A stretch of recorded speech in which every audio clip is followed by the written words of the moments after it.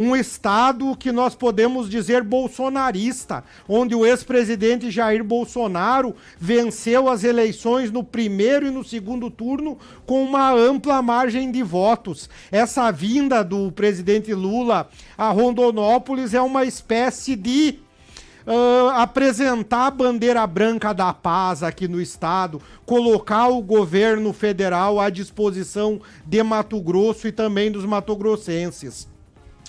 Também existem vários elementos políticos aí nessa visita. Essa visita ela foi articulada pelo próprio prefeito Zé Carlos do Pátio, numa ida a Brasília, e depois a articulação contou com o reforço dos parlamentares do PT, como o deputado estadual Valdir Barranco, ex-deputada federal Rosa Neide, e do ministro da Agricultura Carlos Fávaro. Foi eles que alinharam com o presidente Luiz Inácio Lula da Silva essa agenda em Mato Grosso. Várias coisas devem acontecer em Rondonópolis nessa sexta-feira que vão movimentar os bastidores da política. Uma delas é o encontro do prefeito de Cuiabá, Emanuel Pinheiro, com o governador Mauro Mendes. Os dois, além de adversários políticos, são desafetos pessoais e ambos confirmaram presença, sim, na agenda com o presidente Lula. O Emanuel Pinheiro vai na tentativa de convencer o Lula a visitar Cuiabá no início de abril para fazer a entrega de obras como o Contorno Leste, como a UPA do Jardim Leblon, numa programação alusiva aos 304 anos da capital. E o Mauro Mendes falou hoje em entrevista à imprensa que pretende pedir o apoio do presidente da República para a construção de 40 mil casas populares em Mato Grosso pelo programa Minha Casa Minha Vida, nesses 4 anos de governo que tem pela frente. Para concluir aqui, o que 30 segundos, o que eu vejo nessa visita do presidente Lula é um ato de estender a bandeira branca da paz, de deixar muito claro que a eleição já passou e que é o momento, sim, de governar para todos os brasileiros, independente se o Estado votou em Bolsonaro, independente se o Estado votou no PT. Obrigado, Jacques Gosch. Eu vou passar novamente a palavra para o Márcio Labre. Não um problema de conexão, mas estamos juntos. Pode ficar à vontade, Márcio.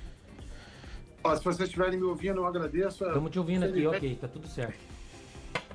Temos que aproveitar e pedir ao atual presidente para resolver a infraestrutura de internet no Brasil, que ainda é um grande problema.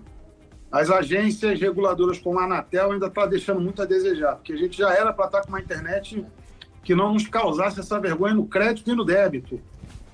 Então, isso vale para todos os últimos governantes. Vale também para o ex-presidente Bolsonaro. Ninguém resolveu esse problema.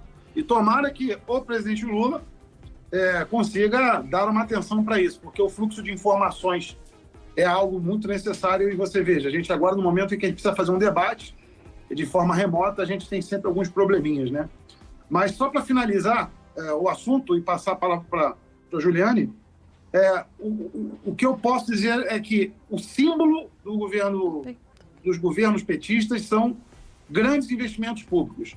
Aí eu pontuo sempre uma preocupação com o gasto público acima daquilo que seria o ideal para o equilíbrio fiscal. Se não houver esse cuidado, a gente acaba entrando numa espiral de endividamento que coloca nossos filhos e netos em situação complicada para o país. Então, é sempre essa preocupação. A gente precisa chegar sempre numa equalização, num equilíbrio entre o gasto público e o equilíbrio fiscal do gasto do governo, para que a gente não coloque o país numa situação de endividamento como países africanos que nunca vão sair da situação em que estão, porque estão sempre devendo. Então, sem levar em consideração a necessidade de cumprir o déficit habitacional. Obrigado, Márcio Labre. Eu quero passar agora o comentário para a nossa comentarista, Juliane Queiroz. Bem-vinda ao Bradock Show. Obrigada. Bom, concordo com boa parte do que o Gosch falou. Comentou a respeito dessa visita ser bastante simbólica, especialmente em um estado como Mato Grosso, que realmente houve, né, uma grande divergência eleitoral com outras regiões do país. Bom, agora também é uma questão bastante interessante a questão da moradia no Brasil, né? Por quê? Nós vemos que há décadas o Brasil vem passando por vários problemas, desde saneamento, saúde, moradia, educação, segurança, especialmente a segurança. E então essa sinalização do atual presidente de vir aqui, né, fazer essa movimentação política, claro, e populista, ela também traz bastante simbologia, né?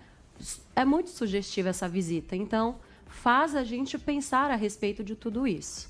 Bom, como o Labre também falou, e eu concordo bastante com isso, realmente os investimentos eles têm sido feitos em cada governo conforme o governo achou interessante e adequado à população, né?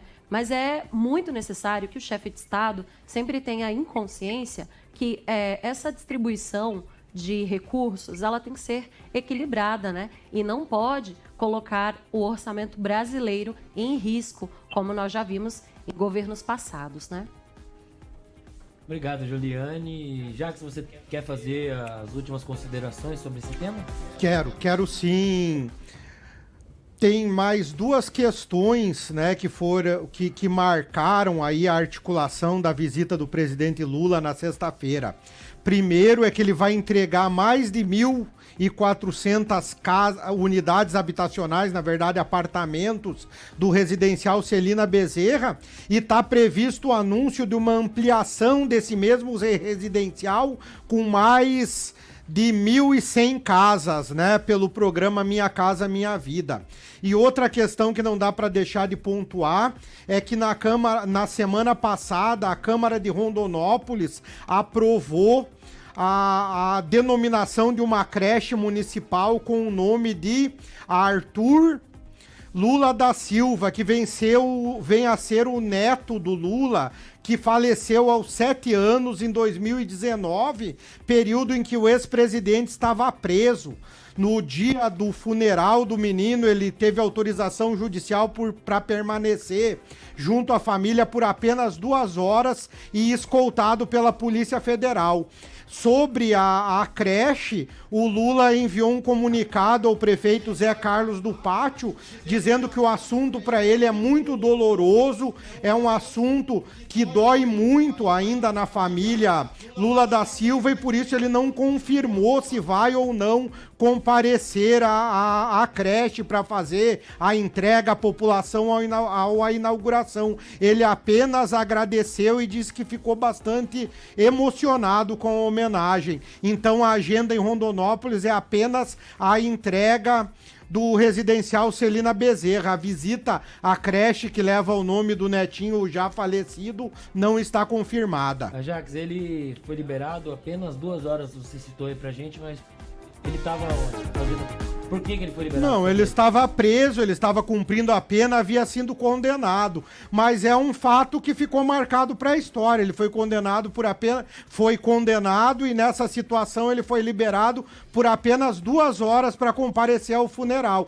Tem presos que, dependendo da situação, são liberados para saidinha, são liberados por bem mais tempo. Não é esse o gancho do debate, não é esse o mérito do debate, mas se for pesquisar decisões judiciais, tem presos que são liberados por bem mais tempo para participar de funerais de familiares. Entendi, Jacques. Muito obrigado. E eu quero convidar o Márcio Labre também para as suas últimas considerações sobre o tema. O tema familiar que envolve essa questão, independente até de posicionamento político, eu por uma questão minha, de foro íntimo mesmo, né? Eu não entro nessa bola dividida, né? Assim, embora eu tenha milhões de divergências com o atual presidente, com relação à sua conduta política, à sua conduta como pessoa pública, né? Essa questão particular da perda do neto dele, essa impossibilidade dele comparecer ao enterro, realmente foi uma coisa bastante desagradável. De fato, o colega Jacques faz uma comparação que é procedente. Existem tratamentos diferenciados no sistema de execuções penais, enfim. Você tem situações em que um apenado consegue ter mais tempo até para ir para um velório ou para algum tipo de soltura provisória do que aconteceu nesse caso, mas eu acho que, como trata-se de uma questão muito particular, né, eu não queria que isso entrasse no debate que envolva aqui as ações e decisões do atual presidente, porque eu acho que é soco na cintura, né? É golpe abaixo da cintura falar disso, e eu sempre mantenho meu nível de debate, que fica no nível realmente do embate de posicionamentos políticos em relação ao Brasil e à política brasileira.